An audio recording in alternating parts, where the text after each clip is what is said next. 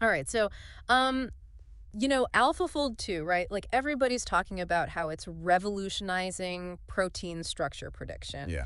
And it really is. But, there's something even cooler, I think, that we're going to talk about today. Oh, yeah. It's how AlphaFold 2 can help us understand all the different shapes a protein can take. Oh. And that's what we call conformations. Why this matter? Well, it matters for like drug discovery and understanding diseases. Hmm. And get this, this new method, it can predict not just those shapes, those conformations, but also how often a protein flips between them and all this without needing those crazy simulations that used to take like forever and tons of computer power. Yeah. This is like especially relevant for someone like you who is really interested in, protein dynamics and research. Yeah, I mean, it's huge. It really is a game changer because, proteins, they're not just sitting still. Right. They're constantly shifting between these different conformations. In each of those shapes, Yeah.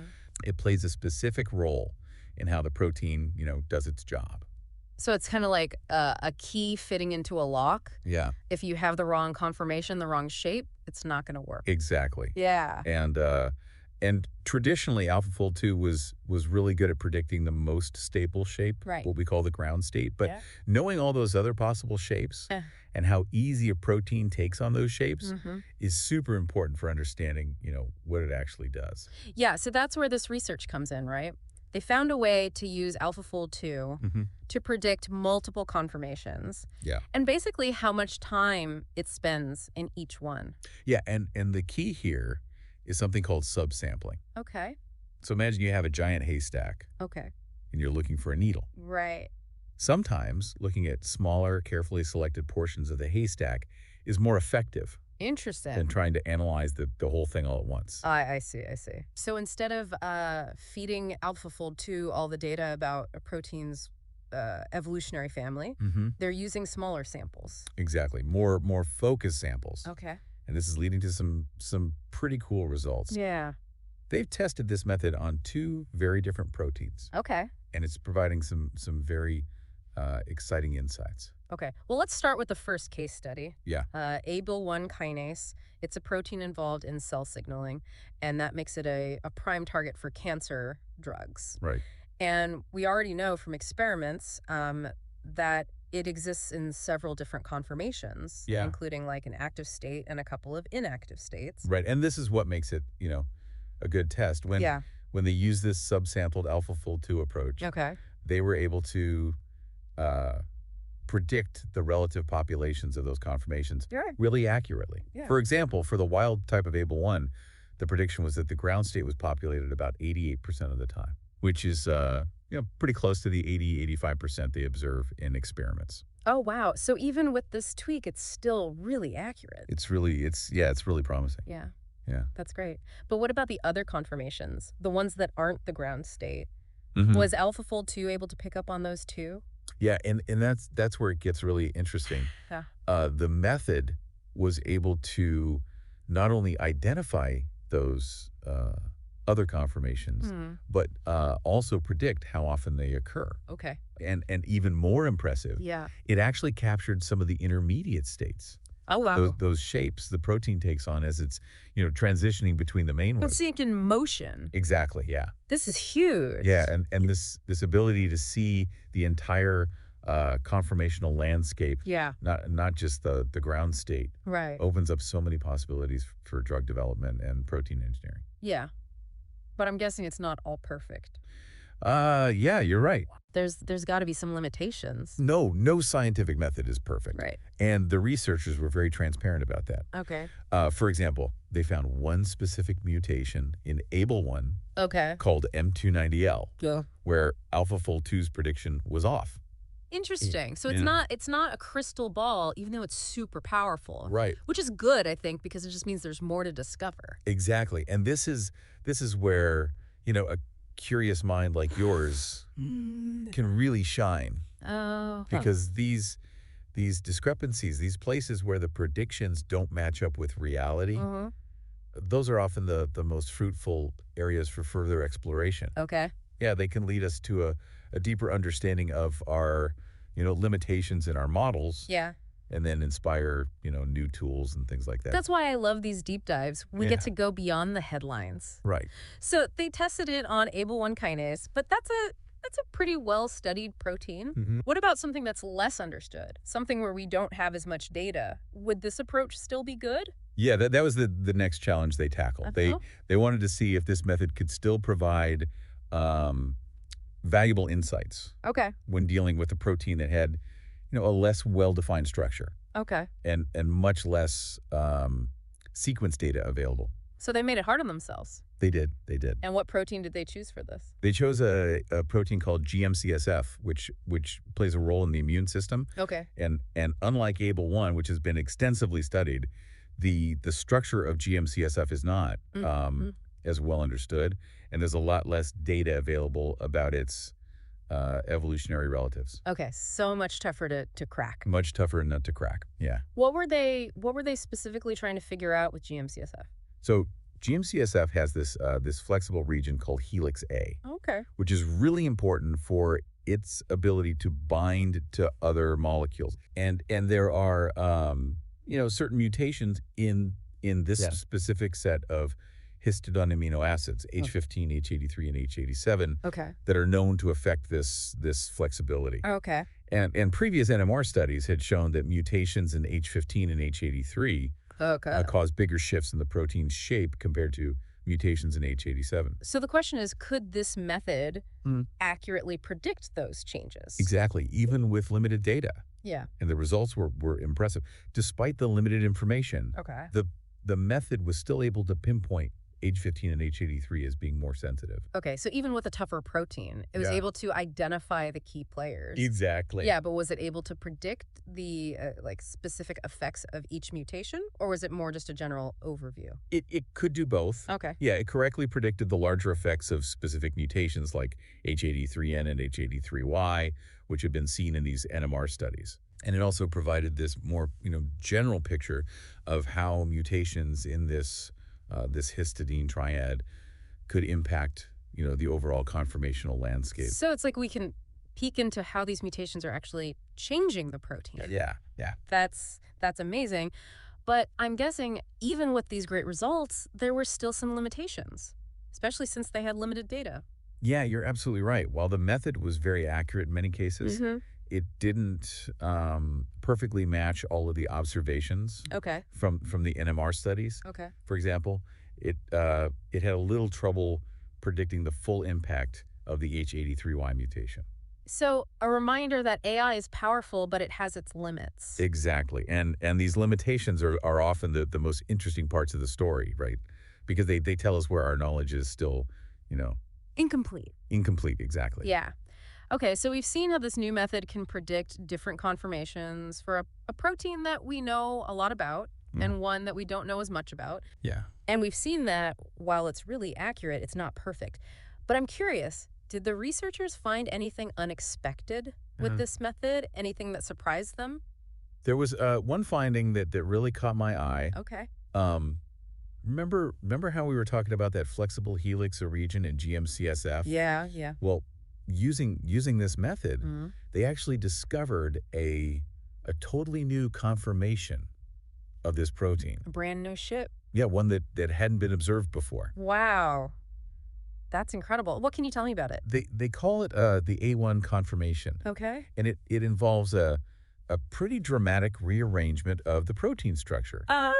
Basically, the C helix of the protein switches places with the B helix. Hold on. The helices are swapping positions? Exactly. It's like almost like a dance move. Yeah. And this switch puts those key histidine amino acids, H83 and H15, much further apart than usual. Yeah. Okay. So this new conformation it's not just a tweak, it's a big change. Yeah. Right. And what does this mean? What are the implications of this new conformation? They think that this A1 conformation might actually be involved in a self-regulation mechanism for the protein. Okay. It's almost like the protein has a built-in off switch. Fascinating. Yeah. So using this method, they were able to not only predict Hmm. known conformations, the effects of mutations, but also discover a whole new shape that could really change how we think about GM-CSF. Exactly. Ah. And that's why, this research is so exciting. Yeah. It's not just about confirming what we already know. Right.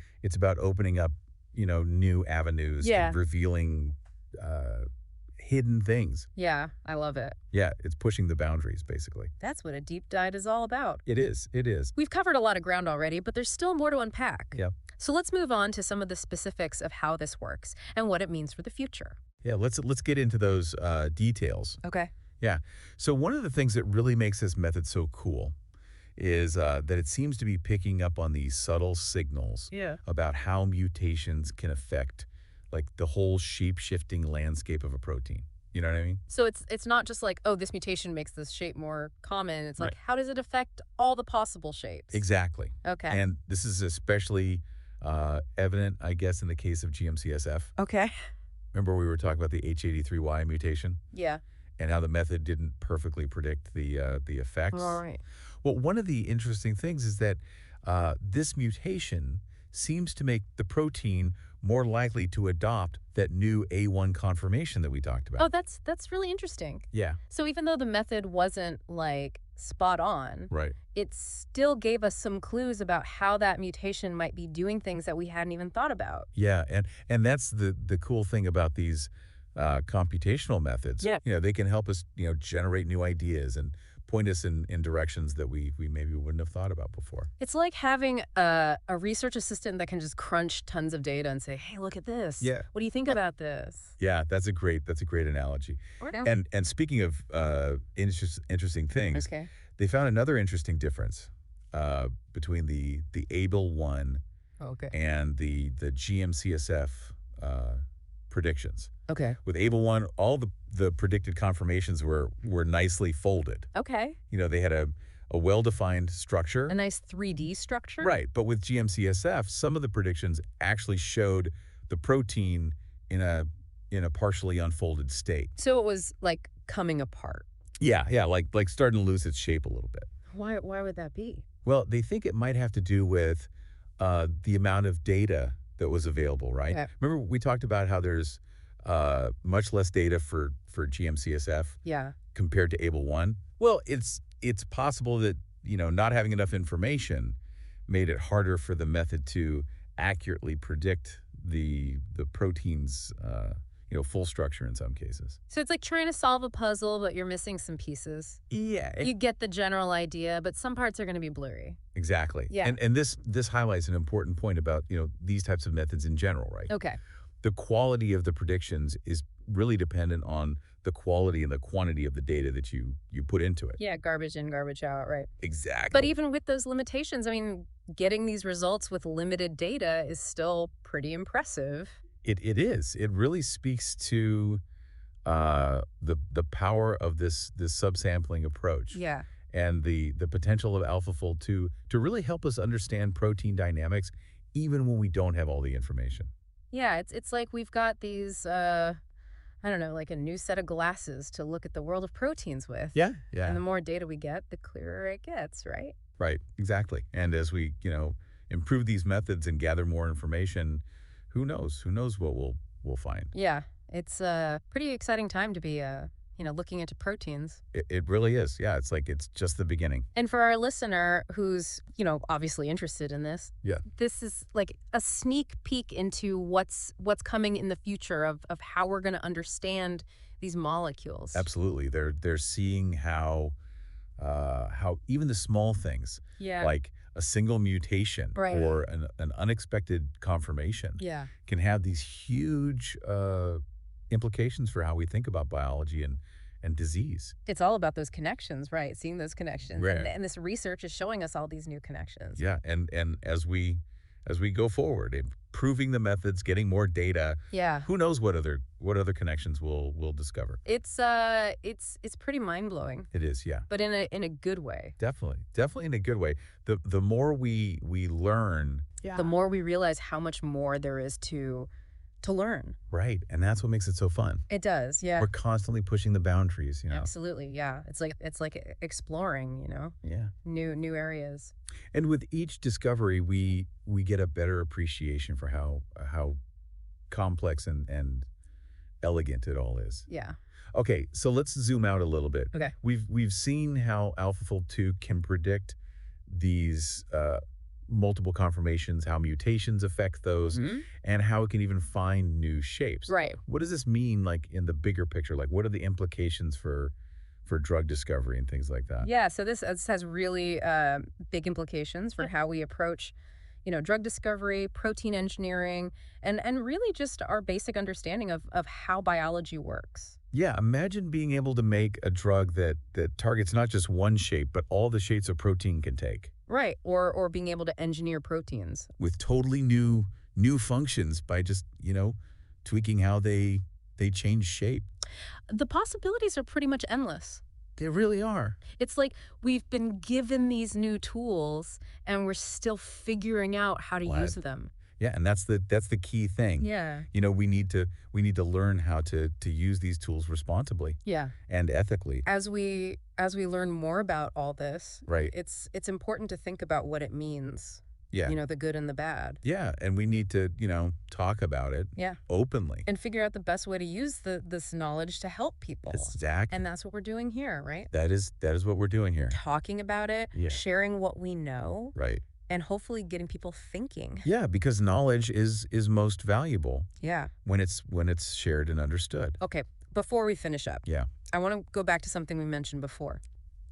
AlphaFold 2 isn't always right. Right. Those discrepancies Yeah. between the predictions and the experiments. Yeah, and those are really good for researchers. They are. They're gold mines. Okay. Because they show us where we need to learn more. Okay. They point to the next frontier. Exactly. And this is where I want to leave our listener with a question. Okay.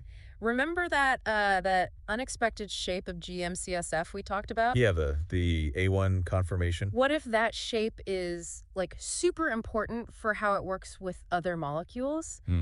Maybe even, how it functions in the immune system. That's a great question. Right. And it's exactly the type of question that Yeah. could lead to, the next big discovery in this area. Yeah, it reminds us that there's so much more that we don't know. There is. So much more to find out. Absolutely. And who knows, maybe our listener will be the one to figure it out. Yeah, I mean they obviously have an interest in this field. They do, and they brought us this really cool research in the first place. That's right. They have a real thirst for knowledge. And that's what we're here for, right? That's right. To help quench that thirst. Absolutely. We want to, give you the tools Yeah. and help you have those light bulb moments. That's where the real magic happens, right? That's where it happens. Yeah. That's where, you make those connections Yeah. and the new ideas start flowing. Exactly. So to our listener, keep learning, keep exploring, Keep asking questions. and never stop being curious. And you never know, maybe someday we'll be deep diving into your research. That's right. Yeah. Until then, happy exploring. Yeah. It really makes you think, like all the things we could do with this. It does. And the thing is, this is just the start, Right. As we get better at building these AI tools and we get more and more data, Uh-huh. our understanding of how proteins move and change, Yeah. it's going to just like explode. It's like we've been given this amazing new way to see all these tiny little dances happening, at the molecular level. Yeah. And with this new ability, comes responsibility, right? Yeah. We got to think about, what this all means Yeah. and make sure that we're using this knowledge for good. Exactly. It's not enough to just understand the science. Right. We got to make sure we're using it to make the world a better place. Absolutely. And I think this deep dive has been a good example of how to, approach these complex topics with excitement, but also with careful consideration. Yeah, I agree. We've talked about some really cool research. We've thought about what it all means, Yeah. and hopefully got our listeners' wheels turning. And who knows, maybe this will inspire them to do some amazing research of their own. That would be awesome. Yeah. So, to our listener, Yeah. if this deep dive has made you even more curious about all this, we encourage you to keep digging. Yeah. There's so much out there to learn about protein dynamics. Absolutely. It's a whole universe, you know. It is. And remember, every question you ask, every experiment you run, every new thing you learn, Yeah. it brings us closer to